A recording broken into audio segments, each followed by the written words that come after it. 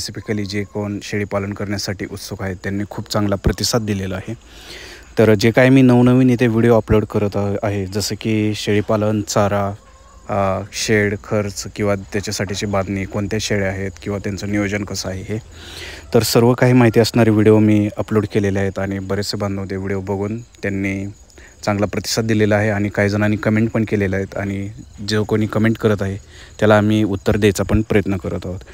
तर मित्रहो, या व्हिडिओमध्ये पण आपण बघणार आहोत की एक वेगळा टॉपिक जो आहे रिलेटेड टू दी बिटल बोकड।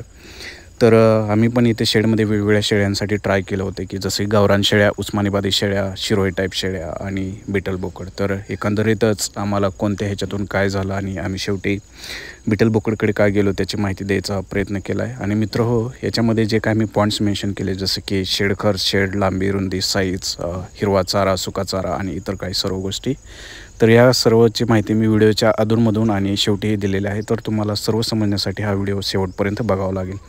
तर आय होप तुम्ही चॅनलला सपोर्ट कराल आणि असंच भरघोस प्रतिसाद द्याल जेणेकरून मला व्हिडिओ बनवायला आणखी चांगलं मोटिवेशन मिळेल आणि मी तुमच्यापर्यंत ज्या काही गोष्टी आहेत त्या पोहोचवायचा प्रयत्न करेल।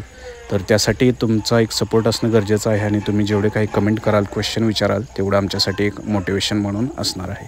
तर व्हिडिओला शेवटपर्यंत बघा आणि तुमचा अभिप्राय आणि प्रतिसाद नक्की कळवा। या चॅनलमध्ये आपण बघणार आहोत की जे काय आम्ही बिटल बोकड वगैरे पाळलेलं होतं तर त्याच्यापासून आम्हाला कसं शेळ्यांचं उत्पन्न मिळत आहे आणि जे काय आम्ही शेळ्या वगैरे पाळलेल्या आहेत तर तिथं बिटल बोकड, उस्मानाबादी शेळ्या किंवा काही बिटल शेळ्या आहेत किंवा क्रॉस ब्रीडिंग थ्रू ही कसं उत्पन्न वगैरे मिळलं जाते। तर ही जे काही पिल्लं आहेत तर आता तुम्ही जर मोजली तर किती नंबर मिळू शकतात, 1 2 3 4 5 6 7 8 9 10 11 12 13 14 15 16 17 तिकडे 18, जवळपास हे 18 पिल्लं आहेत। आणखी तिकडच्या कप्प्यामध्ये वेगळे असतील किंवा इकडच्या कप्प्यामध्ये पण बिटलचे वेगळे पिल्लं असतील। तर ह्या बिटल बोकडाचे जर वैशिष्ट्य म्हटलं तर ह्यांचे कान वगैरे खूप मोठे असतात आणि त्यांचं वजन वगैरे जे आहे ते खूप फास्ट वाढतं। तर बरेच जण बिटल बोकडला प्रेफरन्स देतात कारण तुम्ही गावरान शेळी पालन केलं असेल किंवा दुसरं कुठलं केलं असेल उस्मानाबादी, तर तेही आम्ही करून बघितलं, त्याच्यातून फायदा येतो। परंतु जशा प्रकारे बिटल बोकड रिझल्ट देतं ते इतरवाले कुठले देऊ शकत नाहीत। आता ह्याही पिल्लाचे हे बघा कान वगैरे कसे आहेत, लांबी किंवा वजन वगैरे, तर हे जे पिल्लं आहे ते फक्त 1 महिन्याचे किंवा त्यापेक्षाही कमी ह्याचे असणारे आहेत। फक्त बिटल बोकडाचं कसं आहे की ते बिटल बोकड जर आणलं तर ते खूप महाग आहे। आता ते बिटल बोकड आहे तिकडच्या साईडला ते उभं राहिलेलं, तर ते खूप कॉस्टली मिळतं। म्हणजे आम्ही जवळपास ते 40,000 रुपयाला आणलं होतं बिटल बोकड। आणि आता एवढ्या सर्व शेळ्या आहेत तर त्या सर्व शेळ्यांसाठी ते एक बोकड यूज होतं आहे। तर आम्ही ह्या बिटल बोकडसोबतच आणखी दुसरं बोकड आहे, तर हे 2 बोकडं हे राहतात। परंतु एकच बोकड जर सर्व शेळ्यांसाठी यूज करायचं असेल तर डेफिनेटली त्याला मीन्स तेवढं शक्य नाही आहे, त्यामुळे मार्केटमधून दुसरे बोकड आम्हाला आणावं लागतं आहे। परंतु या बिटल बोकडामुळे फायदा काय होतं आहे की जे काही बोकडाचे पिल्लं वगैरे होतात ते खूप तंदुरुस्त आणि हे असतात, मार्केटमध्ये त्यांना खूप डिमांड राहते, त्यांची वाढ वगैरे खूप झटपट होते आणि बाहेर मागणी पण असल्यामुळे तुम्हाला हे नक्कीच फायद्याचं ठरतं।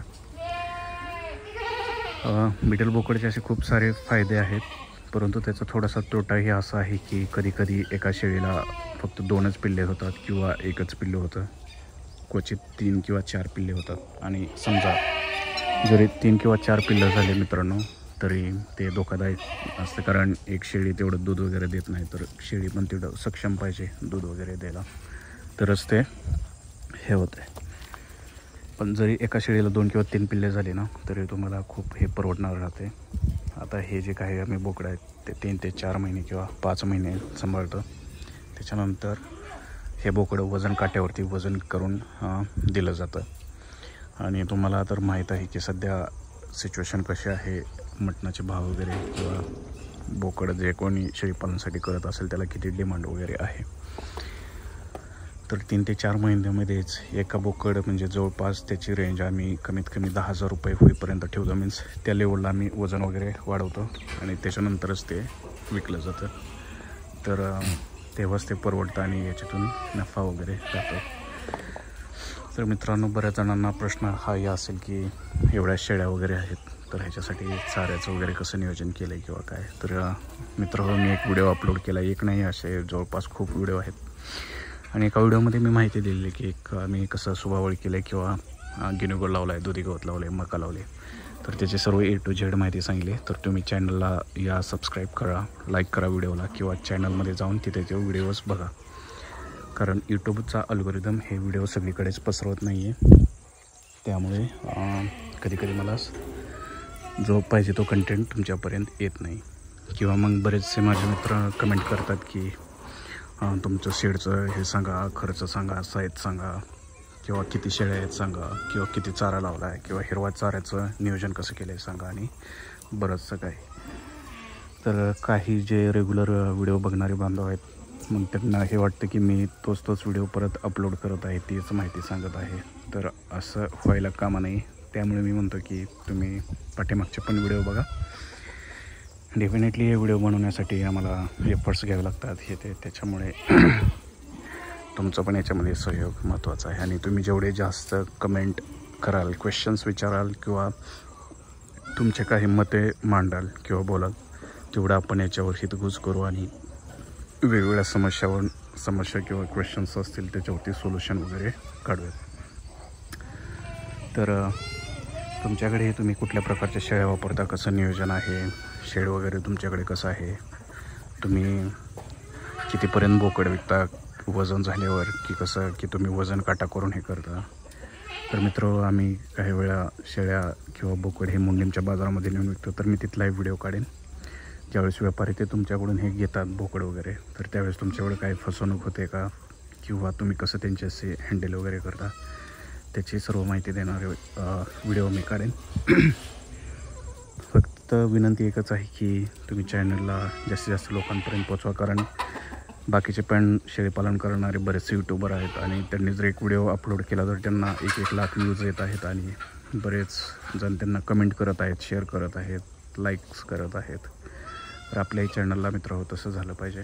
कारण आपला हा चॅनल आपल्याला खूप मोठं ग्रो करायचं आहे आणि सर्व बांधवांना हेल्प करायची की आम्ही जे काही करत आहोत, ज्याच्यातून आम्हाला जे काही सक्सेस वगैरे मिळत आहे तेच सक्सेस तुम्हाला पण मिळावं अशी अपेक्षा आहे. आणि त्याच अर्थाने आम्ही हा चॅनल वगैरे सुरू केलेला आहे. तर मी इकडं आउटसाईडला उभा राहून सर्व काही व्हिडिओ शूट करत आहे. सध्या थंडी सीझन, आता काही दिवसात आंब्याला तोर निघायला पण सुरू होईल मित्र. हो, मे बी निघाला पण असेल.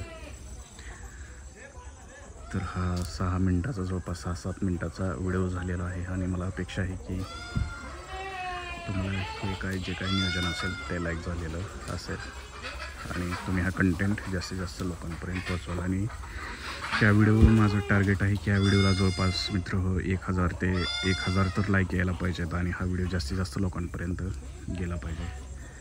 तर नेक्स्ट व्हिडिओमध्ये आणखी मी डिटेल स्ट्रॅटेजी सांगेल, डिटेल कंटेंट सांगेल, नेमकं काय काय बनवले, कसं कसं बनवलेलं आहे.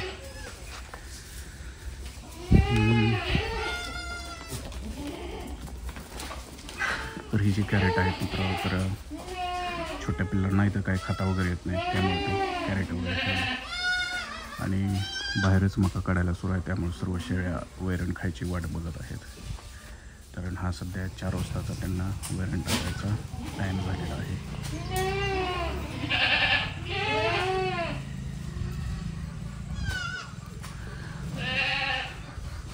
तर इथे लहान पिल्लांना खायला येऊ म्हणून त्यांना अशा पद्धतीने हे बांधलेलं असतंय.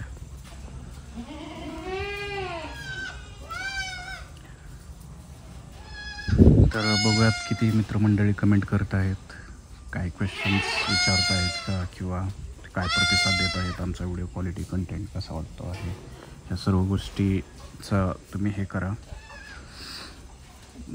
हे आलेलं आहे बिटल बोकड फायनली.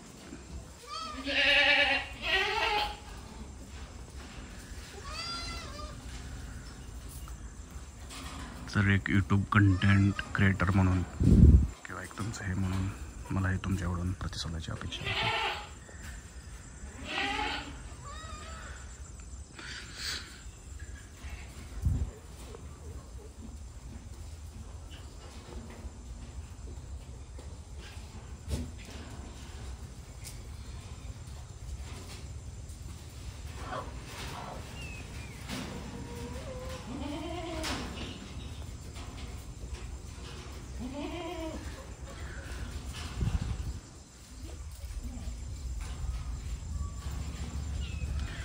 तर मित्र, मी जसं प्रॉमिस केलं होतं की व्हिडिओच्या सुरुवातीला मी म्हटलेले की तरी पण मी व्हिडिओच्या शेवटी सांगेन की शेळ्यांसाठी किती खर्च आला किंवा किती शेळ्या आहेत आणि शेड बांधणी आकार किती खर्च आला आहे.